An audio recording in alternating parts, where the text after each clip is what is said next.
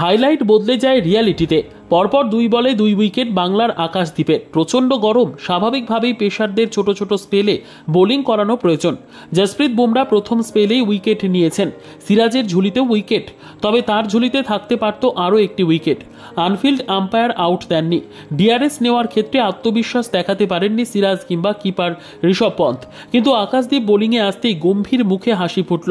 কেরিয়ারের দ্বিতীয় টেস্ট খেলেছেন। দুটি অবিশ্বাস্য ডেলিভারিতে লাঞ্চের আগে মন ভরিয়ে নিলেন আকাশদ্বীপ। লাঞ্চের আর এক ওভার বাকি। আকাশদ্বীপকে কেন একাদশে জায়গা দেওয়া হয়েছে, তার মধ্যে কি বিশেষত্ব রয়েছে, এ নিয়ে জানতে চান তামিম ইকবাল। ধারাভাষ্যকার হিসেবে চেন্নাইতে রয়েছেন বাংলাদেশের কিংবদন্তি ব্যাটার। সহ ধারাভাষ্যকার রবি শাস্ত্রী তাকে বোঝান, আকাশদ্বীপ প্রথম শ্রেণীর ক্রিকেটে দুর্দান্ত পারফর্ম করেছেন। শুধু তাই নয়, সদ্য দলীপ ট্রফিতে অনবদ্য পারফর্ম করেছেন। বাঁহাতি ব্যাটারদের বিরুদ্ধে বেশি ভয়ঙ্কর। আর এক ধারাভাষ্যকার হর্ষ ভোগলে বলেন, মজার বিষয়, ইংল্যান্ডের বিরুদ্ধে কেরিয়ারের প্রথম টেস্টে উইকেট নিয়ে আকাশ সেলিব্রেট করার পর দেখা যায় নো বল। এরপর অবশ্য 3 উইকেট নিয়েছিল।